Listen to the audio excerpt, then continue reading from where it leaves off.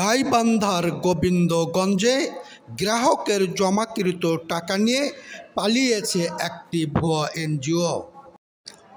গত 17 জুলাই বৃহস্পতিবার গোবিন্দগঞ্জ পৌরসভার সামনে অবস্থিত গ্রামীণ সেবা এন্টারপ্রাইজ নামে ওই এনজিওর কার্যালয়ে তালা ঝুলিয়েছে গ্রাহকরা।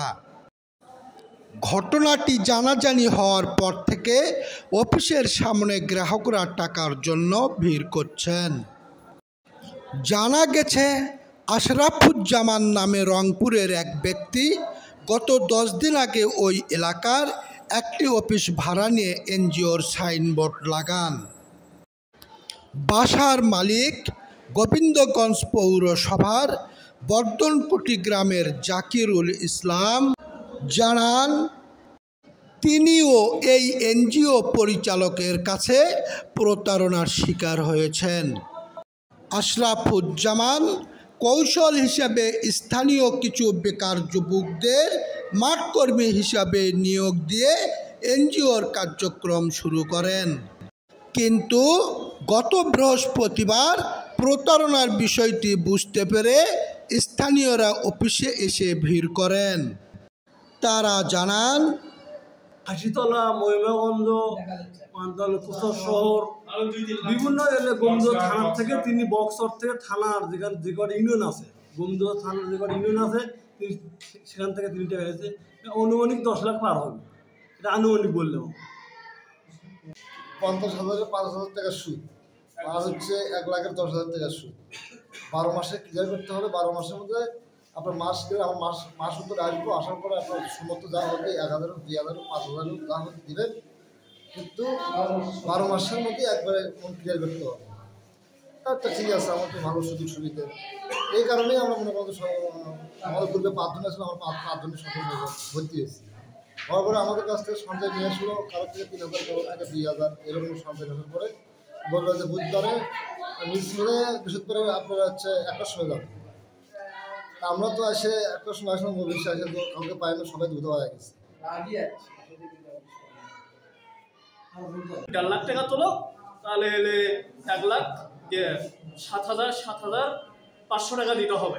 এই কথা বলবো, এগুলো ভাই অত টাকা দিতে পারবো না, আপনারা আমার কাছে টাকা নাই, 2,000 টাকা আছে, 2,000 টাকা নিয়ে যান। নেওয়ার পরে আপনি ওখান থেকে টাকা দেওয়ার আগে আমি ওখান থেকে টাকা দেওয়ার আগে আমি টাকা দিয়ে দেবো আপনাকে, এই কথা বলছি। তা ঠিক আছে ভাই, আপনি তাহলে নিয়ে যান। তা আমি দিলাম, দেওয়ার পরে আমি ওই জায়গায় আসলাম না, আরও অনেক সদস্য ভর্তি হওয়ার জন্য করছিল, আমি না করছি। তাই ওনা বলছে আমি 5 জনের বেশি নেব না। তো 5 জনের বেশি নেব না। তারপরে আমি রিকোয়েস্ট করছিলাম 1 জন নেওয়ার কথা। তো পরের দিন কালকে যাওয়ার কথা আমার বাড়ি, কালকে যাওয়ার কথা।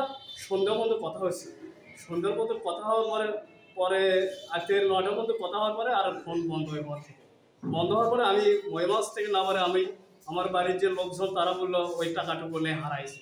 আমি বললাম দেখি বিষয়টা দেখি যাই গোবিন্দগঞ্জ যাতে বিষয়টা দেখে আসি। আমি এখানে আসলাম, আসায় দেখি লোকজন পালা হয়ে গেছে, আর এখান থেকে অফিসের তালা তুলো মার। 5 জনে একটা গ্রুপ করছে, তো 5 জন মিলে 9,000 টাকা আমরা তুলে দিয়ে দিলাম। তো উনি বললো আপনারা ঠিক আছে, টাকা যখন দিলেন বৃহস্পতিবারে আপনারা চলে আসবেন। আমরা বুধবারে টাকা দিচ্ছি, উনি বৃহস্পতিবারে কথা বলছে। তো আমরা অফিসে যখন আইলাম, এসে দেখি অফিসে ওনার যে 2টা কর্মচারী ছিল, মহিলা মানুষ, এসে দেখি ওনারা বসে আছে। ওনাদের জিজ্ঞেস করলাম যে আপনাদের বস কই? ওনারা বললো যে আমাদের বস তো কালকে থেকে আমাদের সাথে কোনো যোগাযোগ নাই, আজকেও সকালে থেকে অফিসে আসেনি। তখন আমরা জিজ্ঞেস করলাম যে আজকে ফোন দিয়েছিলেন? বলতেছে না, আজকে ফোন দিলাম, কোনো যোগাযোগ নেই, তার ফোনটা বন্ধ দেখাচ্ছে। তাই বললাম তাহলে এখন আপনাদের বুদ্ধি বা আমাদের বুদ্ধি, টাকা পয়সা দিতে চাইলো। তো ওনারা বললো যে না, উনি মনে হয় পালাইছে। ওনারা আমাকে এই কথা বললো। তখন থেকে আমরা এখানে বসে আছি এখন পর্যন্ত। এখন 1টা বাজে, আমরা 9টার দিকে আসছি এখানে। আশা করি এখন পর্যন্ত কোনো খোঁজ খবর নাই। তা আমরা বুঝতে পারলাম ইনি আমাদের সাথে প্রতারণা করেছে।